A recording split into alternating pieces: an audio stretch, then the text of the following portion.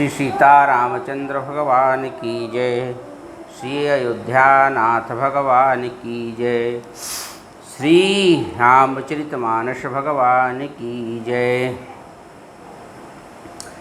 ओम रामं रामानुजं सीतां भरतं भरतानुजं सुग्रीवं वायुसूनुं च प्रणमामि पुनः पुनः प्रणमामि पुनः पुनः प्रणमामि पुनः पुनः। श्री सीता रामचंद्र भगवान की जय। श्री सद्गुरुदेव भगवान की जय।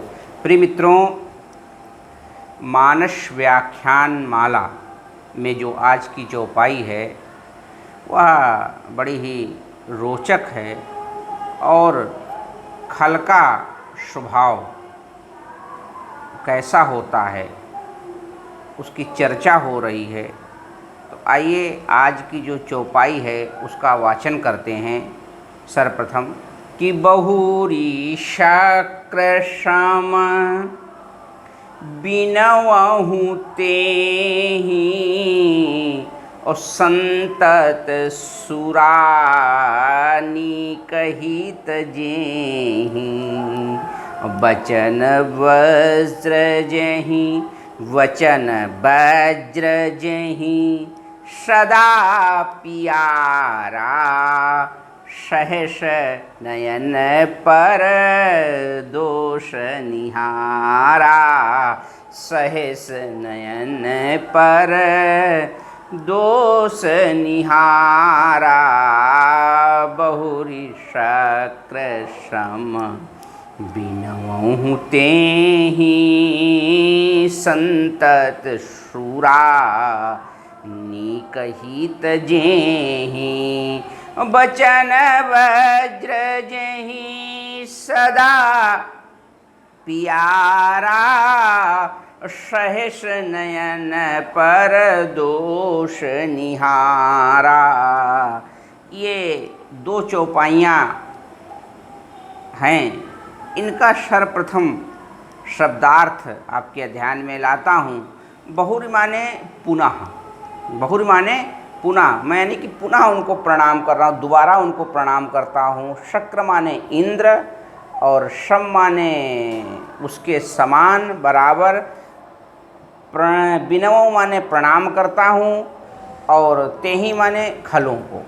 ठीक है, तेहि माने यहाँ पर खलों का है। और सतत संतत सतत सुरानीक हित जेहि, सतत माने लगातार, लगातार सुरानीक, सुरा माने एक प्रकार का मादक पदार्थ है जिसको सोमपान भी देव की भाषा में कहते हैं और आज की आधुनिक भाषा में कहीं न कहीं उसको शराब भी कह सकते हैं।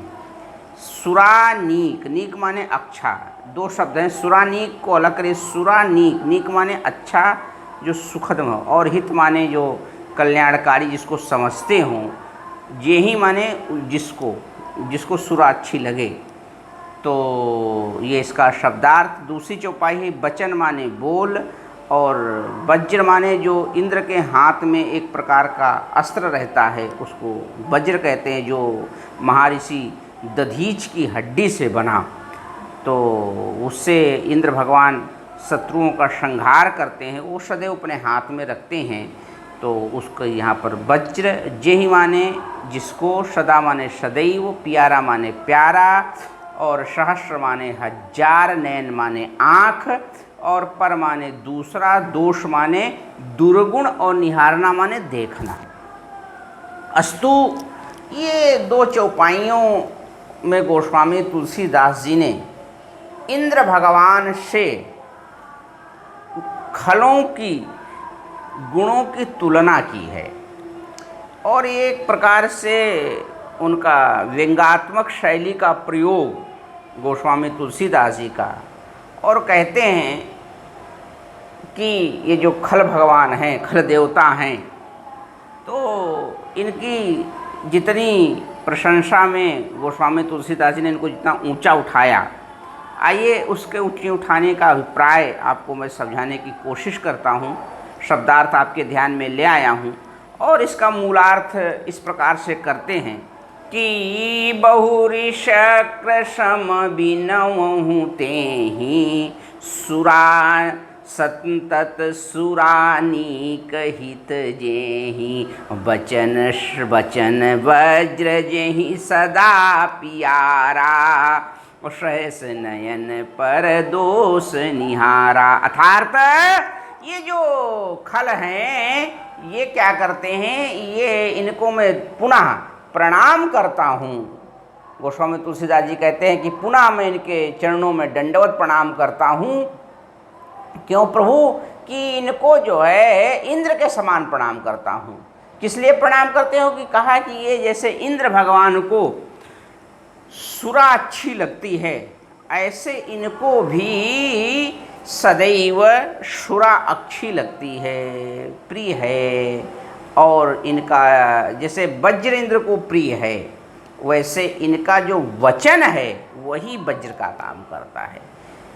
तो इंद्र का वचन क्या करता है, वज्र क्या करता है कि वह जो अधर्मी हैं, पापी हैं, उनको नष्ट करता है। लेकिन ये जो खल हैं यह संतों पर उस वचन रूपी वज्र का प्रहार करते हैं और इनको सदैव कभी अच्छा बोलना जानते ही नहीं हैं। यानी कि ये सदैव यदि बोलेंगे भी तो अकल्याणकारी वचन बोलेंगे और उनमें इतनी कठोरता होगी कि जैसे उसके सामने वज्र फीका पड़ जाए। और ये किसी के दोष कैसे देखते हैं? कहा कि ये हजारों हजार नेत्र से दूसरे के दोष को देखना चाहते हैं। तो बहुरी शक्र सम बिनवहु तेहि संतत सुरानीक हित जेहि। इनका पुनः मैं इनको इंद्र के समान वंदना करता हूँ। और यहाँ पर 3 चीज़ों से गोस्वामी तुलसीदास जी ने खलों की वंदना की है। वास्तव में आपको बताऊं कि खल में और सामान्य मनुष्य में, संत पुरुष में 3 बातों का ही भेद होता है। नंबर 1, इससे पहले गोस्वामी तुलसीदास जी ने चौपाई बोली, वो क्या है कि सहस बदन बरनई पर दोषा। ये खल की पहचान का लक्षण क्या दे रहे हैं? कहा कि जो दूसरों, एक तो कहना, सुनना और देखना, ये 3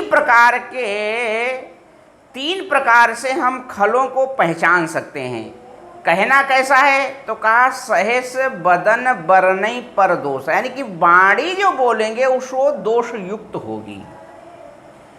और उसको है मुख एक, लेकिन छोटी सी भी बात को इतना बढ़ा चढ़ा करके बताएंगे कि उससे देखने के बाद उसमें दोष दर्शन करने की जो इनकी वाणी है उसमें दूसरे का दोष दर्शन होता ही है। दोष युक्त बोलते हैं, गाली गलौज युक्त बोलते हैं। ऐसा यदि किसी के अंदर लक्षण है तो वह खल है।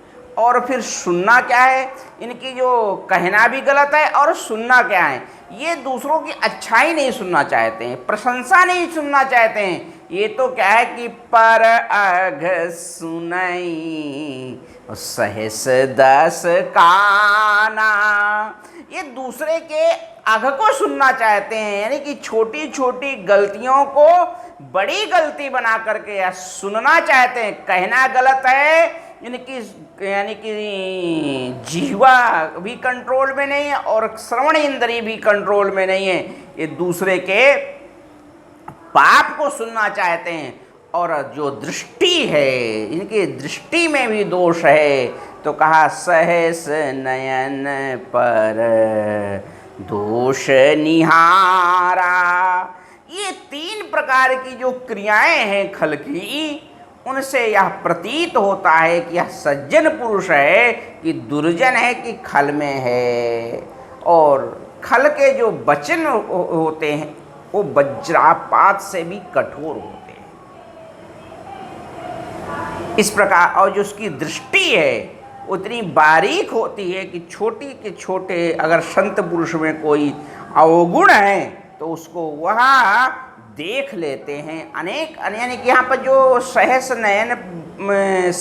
नयन पर दोष निहारा, तो उस पर सहस है, आंखें तो दो ही हैं, लेकिन वो इनकी आंखें दोष दर्शन करने में इतनी सूक्ष्म दृष्टि रखती हैं कि वो हजारों नेत्र का काम करती हैं। जब भगवान गौतम ऋषि ने इंद्र को श्राप दे दिया कि जाओ तुम्हारे जितने शरीर में रोए हैं उतने छिद्र हो जाएं, तो इंद्र बड़ा पछताए, बड़ा पश्चाताप किए, लेकिन वह शाप भी इंद्र को वरदान हो गया। कब वरदान हो गया? जब भगवान श्री सीताराम जी का विवाह हो रहा था तो सारे देव देवता गंधर्व किन्नर भगवान के विवाह उत्सव को देखने आए। इंद्र भगवान भी आए, इंद्र देवता भी आए। तो इंद्र देवता आए तो सारे लोग जो है भगवान के विवाह का उत्सव का आनंद ले रहे हैं अपनी अपनी दृष्टि से। ब्रह्मा हैं, वह भी दर्शन कर रहे हैं अपने 4 मुख और 8 नेत्रों से। भगवान शिव आए तो वह भी अपने 5 मुख से और 5 मुख और 15 नेत्रों से भगवान राम के विवाह का दर्शन कर रहे हैं। लेकिन यहाँ जो इंद्र हैं, राम ही चितव सुरेश सुजाना, और गौतम शाप परमहित माना, और देव सकल सुर पतियाँ सिराही, और आजू पुरंदर शम को नाही। यानी कि वह जो दोष युक्त उसको जो श्राप था, वह श्राप जो है उसने उस श्राप का भी सकारात्मक परिणाम में बदल करके और भगवान का दर्शन करके श्राप मुक्त हो गया। लेकिन यह जो खल हैं, यह खल क्या है? इनको श्राप नहीं है, इनकी बुद्धि में इतनी जड़ता भरी पड़ी है कि 2 नेत्रों से भी परमात्मा को नहीं देखना चाहते। जो साधु पुरुष हैं, सज्जन पुरुष हैं, उनके दोष दर्शन करना चाहते हैं। ऐसे जो दोष दर्शन करने वाले हैं, दोष कहने वाले हैं और दोष को सुनने वाले जो हैं, वह खल हैं, दुष्ट हैं, उनको भी मैं प्रणाम करता हूँ। वह भी मेरी इस रामचरितमानस में सहयोग प्रदान करें। मैं इस ग्रंथ की रचना करना चाहता हूँ। ऐसा यहाँ पर गोस्वामी तुलसीदास जी का अभिप्राय और भाव है। मैं भी इन खलों को पुनः एक बार प्रणाम करता हूँ और कल के वीडियो में आगे की चर्चा करेंगे। आप सभी सुनने वाले, देखने वाले मित्रों को सादर जय सिया राम।